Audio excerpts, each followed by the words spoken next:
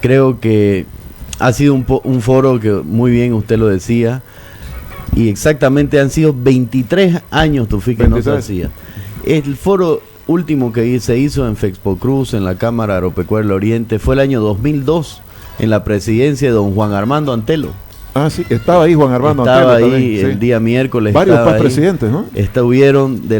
Tuvieron 12 PAS presidentes de la Cámara, y fue el 2002 el último foro.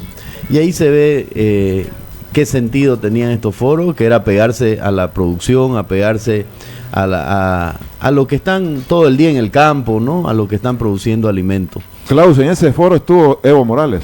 Yo recuerdo bien en la FEXPO. Estuvo Evo Morales en ese momento, el año 2002, lo estuvimos revisando ahí en los documentos de la CAO.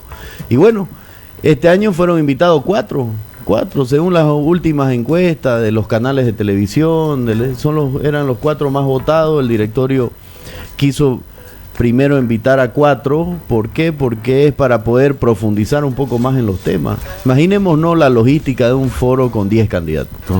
Apenas le va a dar para hacer una entrevista, una presentación de 7 minutos y se acabó el foro. Si nosotros con 4 candidatos, que participaron 3, empezó a las 9:15 y terminó 12:15. Entonces no podemos estar todo un día transmitiendo, porque fue transmitido en más de 12 plataformas, 15 plataformas.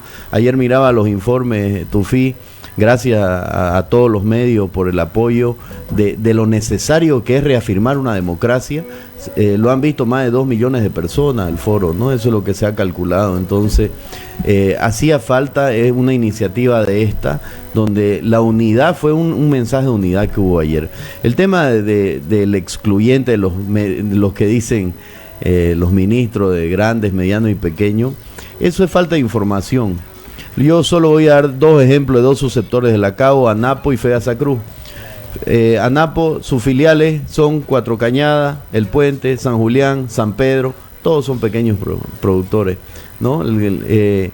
Todos son pequeños productores. El 80% de los socios que tiene la Cámara son pequeños productores.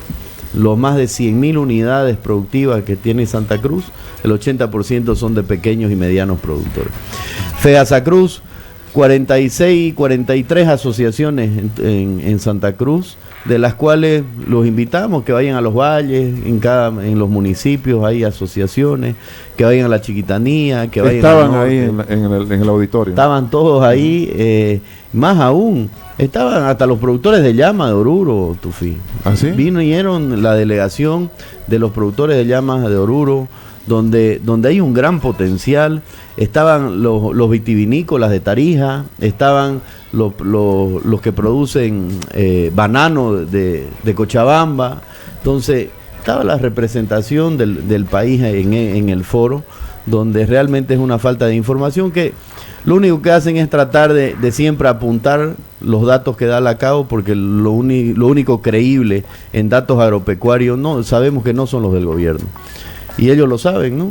Ahí que son los datos nuestros de todos los sectores que participan en el directorio de la CAO, 16 subsectores, y todas las cámaras agropecuarias que hay en el país, a la cabeza de Confeagro, ¿no?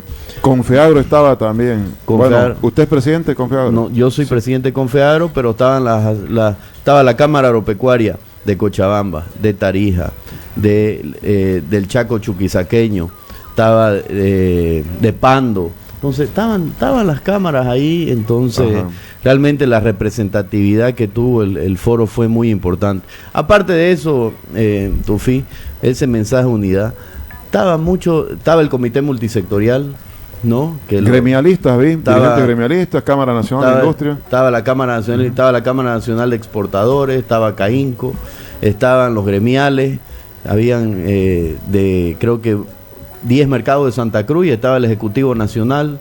No era entonces agropecuarios esencialmente. Lo que pasa es que esta cadena productiva, donde lo representa el comité multisectorial, es donde todo empieza en el eslabón primario, Tufí. Si el agropecuario produce más, el transportista, estaba la Cámara del Oriente, del transporte del Oriente también.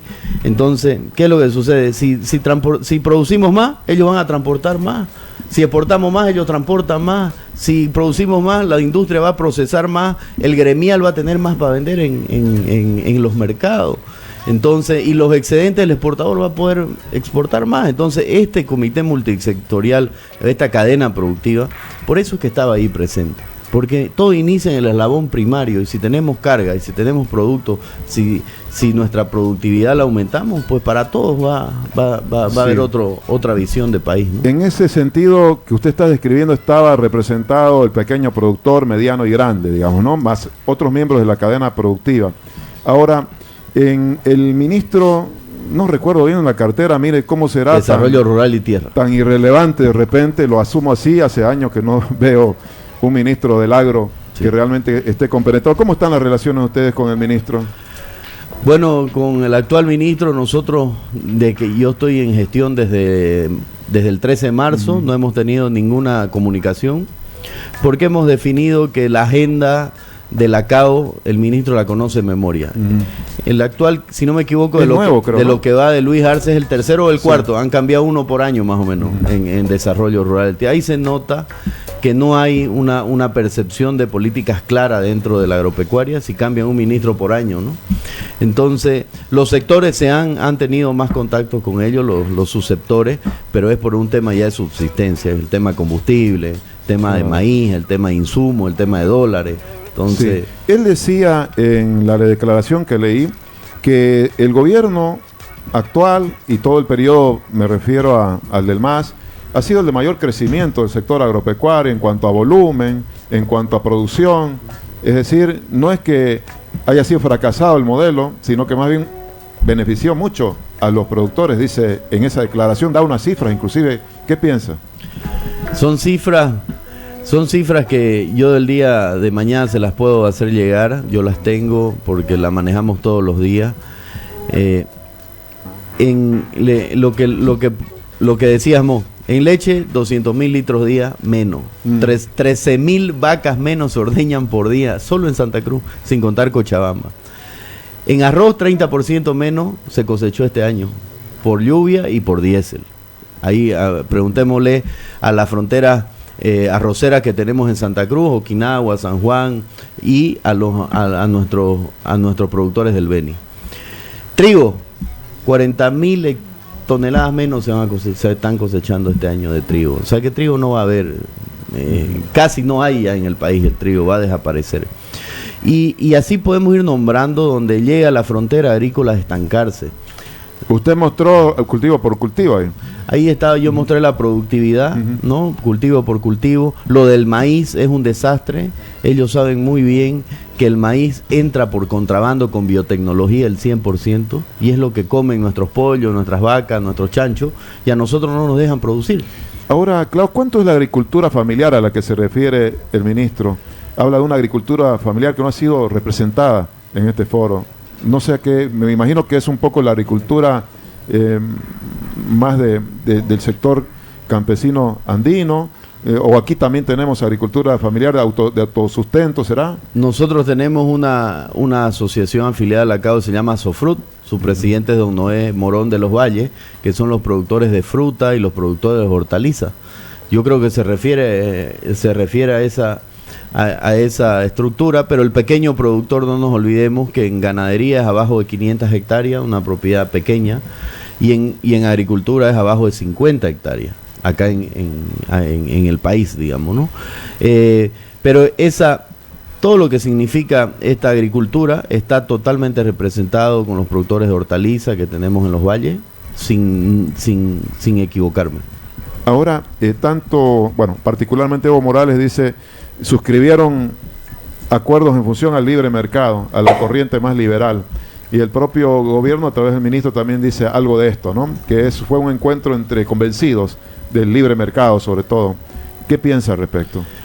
Yo creo que el señor es el que menos puede hablar, porque el desastre que hay del maíz lo ocasionan ellos entre el 2011 y el 2013. Cierran las exportaciones y ahí es donde se cae la producción del maíz, porque nadie quería competir si no tenía mercado hacia afuera. Y él dice, cerrémoslo porque ese déficit ya no van a poder exportar, se va a quedar en Bolivia. Bueno, ¿qué ocurrió? Se quita el incentivo de poder exportar y el productor deja de invertir. Y sin inversión no hay producción. Entonces ellos comienzan a aplicar la ideología del Estado empresario. Y ese Estado empresario totalmente y sin equivocarme fracasó. Ajá. No Usted mismo dijo, fracasó en su discurso, y además dijo al final del foro, ha parido el modelo para el país. Un modelo productivo, Tufi, un modelo productivo y económico para Bolivia, donde hemos recorrido todo el país. La fortaleza de Bolivia está en su diversidad. Yo creo que este modelo productivo nació el miércoles, si es que los 3 candidatos cumplen sus paletas. Las paletas. 10 preguntas fueron, ¿no? 10 preguntas. Y todas en función de las expectativas del agro, que dijeron sí, diríamos. Sí, ninguno le dijo no. ¿Y cómo? ¿Sería por adular o sería un momento político? ¿Usted lo ve auténtico que digan sí? Hubo un no de una pregunta, ¿no? De lo del combustible, pero yo creo que es el futuro, ¿no? No hay otro futuro más cercano. ¿Por qué? Porque el sector agropecuario tiene la velocidad y tiene la capacidad. No nos olvidemos que si yo siembro soya, en 100 días, con variedades entre 95 y 120 días, ya estoy cosechando. Lo mismo con maíz, lo mismo con sorgo. El maíz un poco más largo, 150 días. En pollo, en la parte avícola, solo se ocupa el 50-60% de los galpones en Santa Cruz. Tenemos capacidad para meter más. En cerdo, en mayo del próximo año vamos a estar listos para exportar. Mayo del próximo año. No, si Dios quiere, el trabajo que se hizo entre la parte pública, que fue la gobernación, fue el SENASAC y fue ADEPOR, ACRICER y la CAO, es que ahora se ha entrado la segunda serología de la peste porcina clásica, que es la última, y de ahí se manda el dossier a Francia. Al mayo del próximo año nos tienen que dar el país libre y ya se va a poder exportar. Entonces, nosotros agarramos esos 10 puntos, esos 10 cultivos, y lo proyectamos al año 2033. Sí. Y realmente eso... 13.000 millones de dólares, más o menos, ¿no? Duplicó el gas en su mejor momento, pero estamos hablando del 2033. Sí. Con seguridad jurídica, con reglas claras, con apertura de exportaciones. Y los números son claros, ¿no? No hay medias tintas ahí, ¿no? Con lo que usted escuchó ahí de los 3 candidatos, ¿tienen esperanza de que el escenario pueda ser más favorable en el futuro para el agro? Yo lo que vi, Tufi, que hubo mucho consenso entre ellos, ¿no? Con sus matices, ¿no? Uno del otro, con sus matices. Pero creo que tiene mucho de lógica. El país no puede continuar así. Usted como dueño de su propiedad no puede amanecer y pensar si se va a entrar a avasallar o no. 140 avasallamientos 2025, solo este año. 450 casos de abigeato 2025, lo que va del año. Entonces, solo les doy esos ejemplos. O sea, yo creo que ya son personas que tienen un poco de criterio y piensan que el país no puede seguir así esta parte de Bolivia, digamos, ¿no?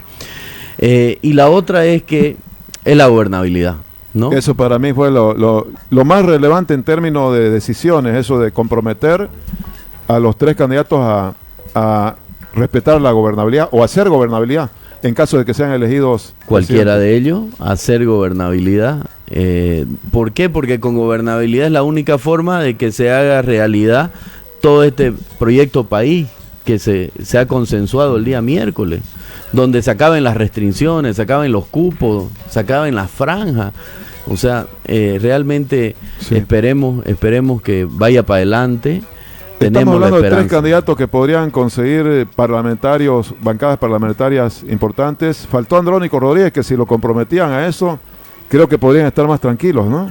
Una pena que no haya ido, una pena. ¿Por qué? Porque es bueno escucharlo, qué visión de país iba a proponer, qué es lo que él sentía, cómo miraba la situación actual, de dónde íbamos a sacar los dólares, qué opinaba de los transgénicos, la biotecnología, de las exportaciones, de la seguridad jurídica, de todo lo que hablamos el miércoles, que creo que le hace bien a Bolivia, le hace bien a los ciudadanos, que para que sea un voto informado y de una vez los ciudadanos vayan pensando por quién van a votar. Ahora, Klaus, cuando Andrónico Rodríguez volvió del viaje el mismo día, en la tarde creo, de Dubái, vía Brasil, nos lo han confirmado que estuvo en Dubái, él dijo que estaba dispuesto a ir cuando lo inviten nuevamente. ¿Hay esa posibilidad? ¿Él le explicó formalmente algo, el equipo de campaña de Andrónico? Yo no pude hablar con él por teléfono, nos llegó una carta de disculpa el mismo día del foro a las 2 de la tarde. Cuando ya había terminado. A las 14 horas llegó una carta a Secretaría dando las disculpas del caso, pero bueno, esperemos que con todas estas instituciones que nosotros estamos trabajando, como ser Cámara Nacional de Industria, Cámara Nacional de Exportadores, Confeagro, CAINCO, los colegios de agrónomos de Bolivia, donde vamos a seguir haciendo estas actividades. Bien. Ahora se viene un debate, pero ya va a ser debate, no un foro de la Cámara Nacional de Industria, donde ahí van a estar invitados todos. Ahí van a estar todos, porque también guardaba la esperanza Eduardo del Castillo, por ejemplo, lo escuché decir que también le hubiese gustado estar en el foro. Creo que le habían dado una explicación ustedes, ¿no? El candidato del MAS. Bueno, nosotros, como es un foro, el directorio con las encuestas, para poder exprimir muy bien y analizar las propuestas, decidimos por los 4, ¿no? Una pena lo del candidato Andrónico, pero él tendrá sus razones, las respetamos. Pero ustedes ya no hacen más foros específicos de la CAO, sino podríamos hacer uno más adelante, cerca de las elecciones, pero con coordinación ya con toda la institucionalidad que estamos trabajando para generar estos eventos. Creo que el foro del miércoles ha iniciado una nueva elección. No es la misma del miércoles hacia atrás. ¿Por qué? Porque empezaron a escucharse ofertas. Se animaron a poner la cara, claro. Se animaron a sentar, se animaron a debatir las propuestas. Y me parece que va a ser una elección del miércoles hasta el 18 de agosto. Bien, Klaus, los felicito por la organización. ¿Cuánto les costó en términos de tiempo y en todo? Nosotros cuando empezamos a ser candidatos a la CAO con Yamil y Rodrigo, empezamos esto en febrero. Y ahí nos propusimos y dijimos vamos a hacer un encuentro. Y bueno, no es sencillo, el tema de las paletas creo que sí. Fue una brillante idea de Rodrigo ahí, donde las preguntas, llegamos a casi 500 preguntas en el foro, más bien inteligencia artificial ya nos ayuda muchísimo. Aplicaron eso, se vio tecnología ahí. Hubo tecnología, transmisión, o sea, realmente creo que el timing fue muy bueno y esperemos que, yo creo que el que más ha ganado ha sido Bolivia. Ha sido el ciudadano, el productor. 2 millones de personas, dice usted. Nos dieron el informe de 2 millones de personas que lo vieron el evento. 517 ahí presenciales, algo así mencionó usted, ¿no? Sí. De invitados. De invitados. Sí, 517 y 120 periodistas. Medios, imagínense. Medios, sí. Felicidades. Gracias a Me ustedes imagino por que el de aquí apoyo. 5 años habrá otro. Ojalá que siempre sumen estas iniciativas a la democracia. No, le aseguro que la CAO va a seguir y ya nosotros no vamos a estar, porque una institución de 60 años que creo que llegó el momento del campo y lo vamos a demostrar con número y con trabajo, pero la CAO va a ayudar a integrar Bolivia desde la parte agropecuaria.